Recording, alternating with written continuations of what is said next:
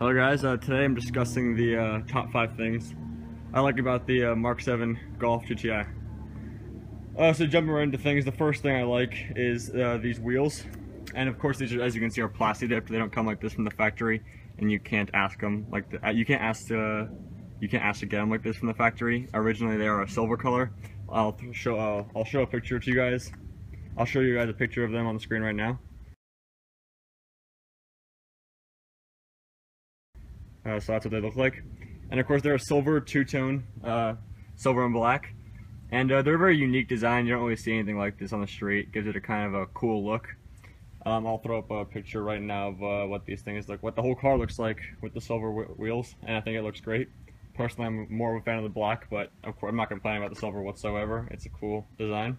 And the angular design like this, you can see it's not super angular.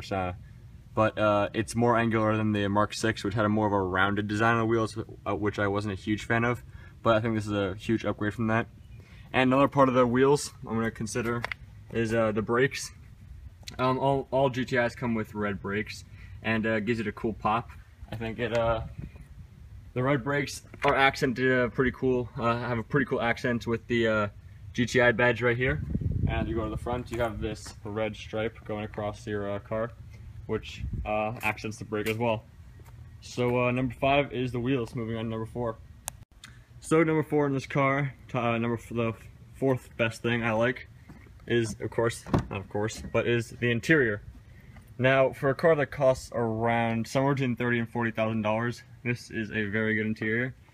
This is the Autobahn edition, so it's going to have some things that the base does not have.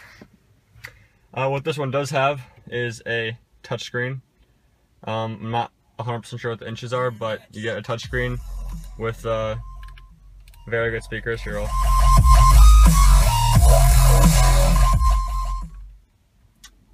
they're very good. Everything, well, not everything, but a lot of the car is leather wrapped, and you get this very cool flat bottom steering wheel, which is gives a very sporty feel. The steering wheel itself is very good, has a good feel to it.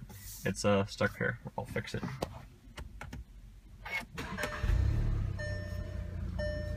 There we go. Well, there it is.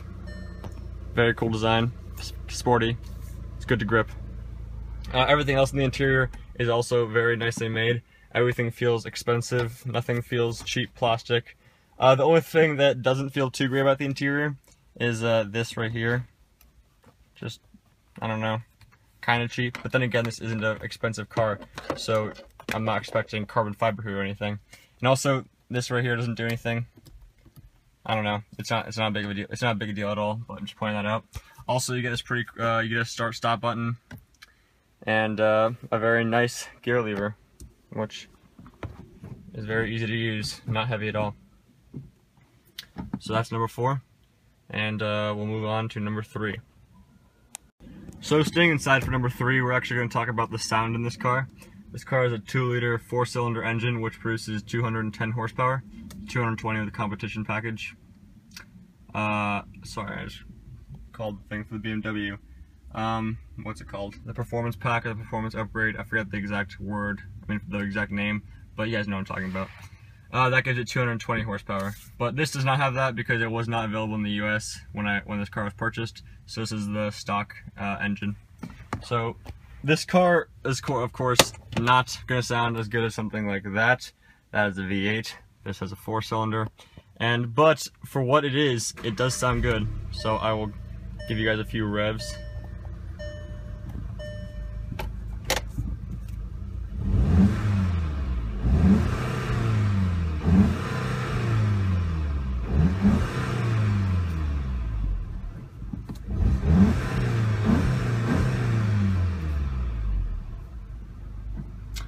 Alright, so as you guys can see, I'll turn this off.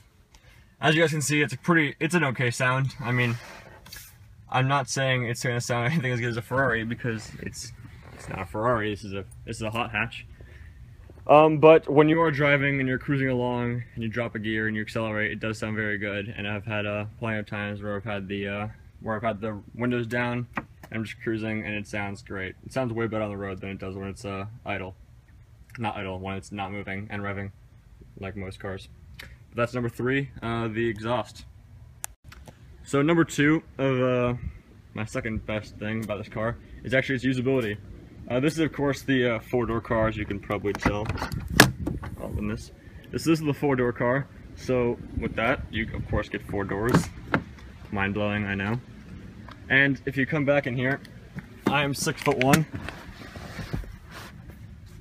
Plenty of leg space. Probably have a solid 3.5 inches, and I'm very comfortable. My head has probably 2 to 3 inches up here, not touching the ceiling, and I'm very comfortable. The seating position isn't too great. You are at like I'd say I don't know, 100-degree angle sitting here, but it's nothing uncomfortable. I could definitely go for a solid hour in this car, probably more, and be 100% comfortable the whole time.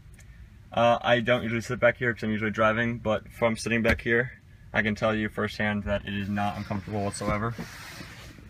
And if you go to the trunk, which is where if you buy this car, it's probably going to be a daily driver. And if you go to the trunk, you have plenty of room. Sorry guys, can't give you the exact cubic volume of this because I don't know it. I probably should have researched that before I did this video, but you can fit very large objects in here. I don't know, I put my lacrosse bag in here, which is probably 6 feet long, and it fits. This isn't 6 feet, of course, but you know, I can cram it in. And you have this little thing which pops down, of course, which will give you room for skis or something long. I don't know, I can't think of anything else that's long. Lacrosse sticks, hockey sticks. And you close this, and you come back here to this. You can actually fold the seats down. You can see right here. Press this, and boom, there goes that seat. And if you come to the other side, you can do the same thing.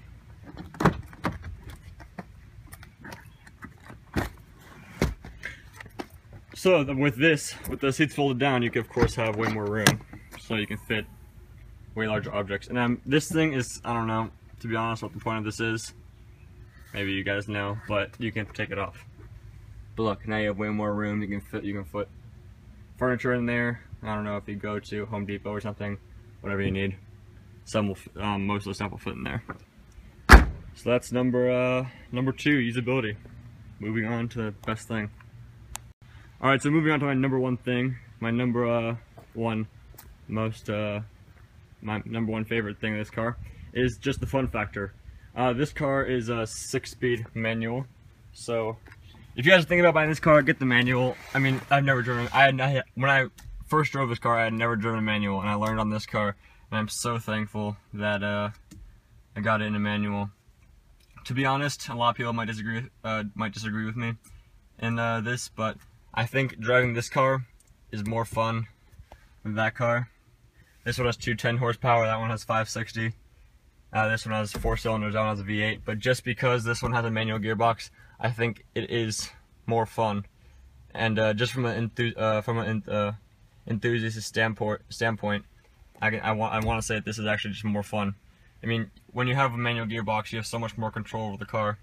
That you do have a semi-automatic in that one where you can shift with the paddles, but it's just not the same. I mean, you can get it in this car also. I wouldn't recommend it unless you're living in a city.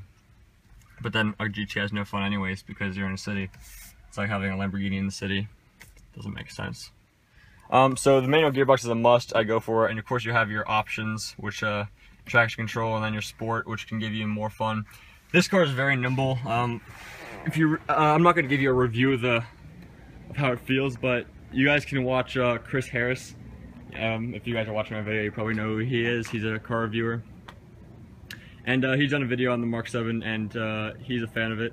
You guys can go watch his video to talk about, if you want to listen about the handling. But I can tell you that it is very good, and this thing is very nimble, it's very quick, and it feels very sturdy around corners and everything. So number 1 is the fun factor. If you buy this car, get it in a manual, and you'll have a good time. It's gonna be a fun time for you. You'll have a lot of days where you're very happy you got it. So that's my number 1. Sorry guys, I put this video together really quickly, so if it's not my best, I'm sorry. But I just decided I wanted to post something. There's my cat. So that's top 5 things, and I'll see you guys later. I don't know what my next video is going to be, but I'll try to think of something. Adios.